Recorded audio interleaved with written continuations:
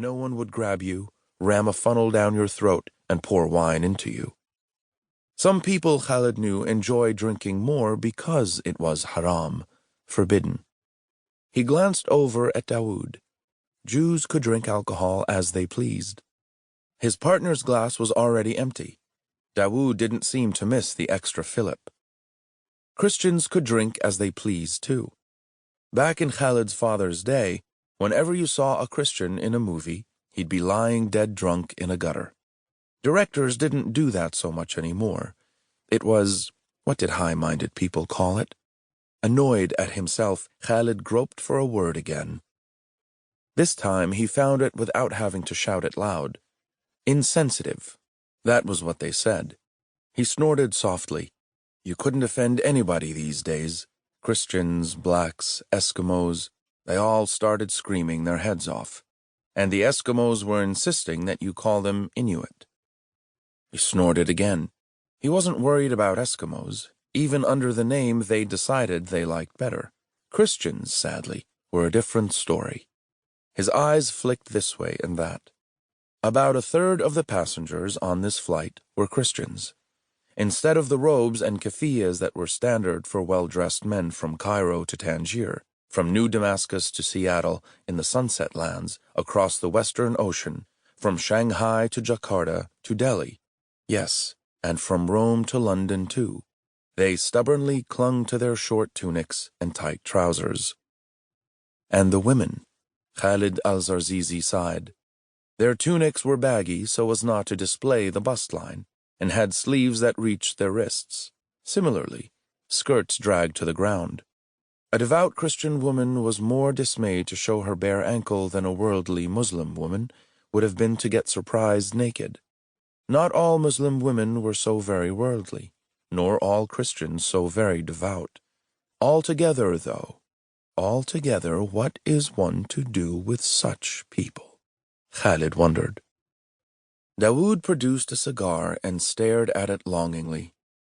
No smoking on this flight, sir, the stewardess said, her voice starchy with disapproval.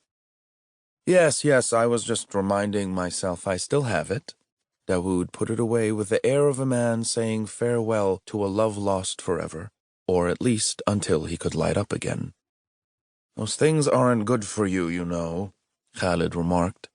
I do know that as a matter of fact. Everyone says it so often. I suppose it must be true, his partner answered.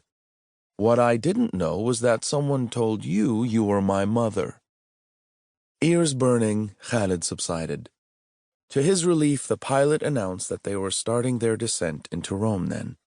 The brassy, amplified voice booming out of speakers made the silence between the two investigators seem less oppressive.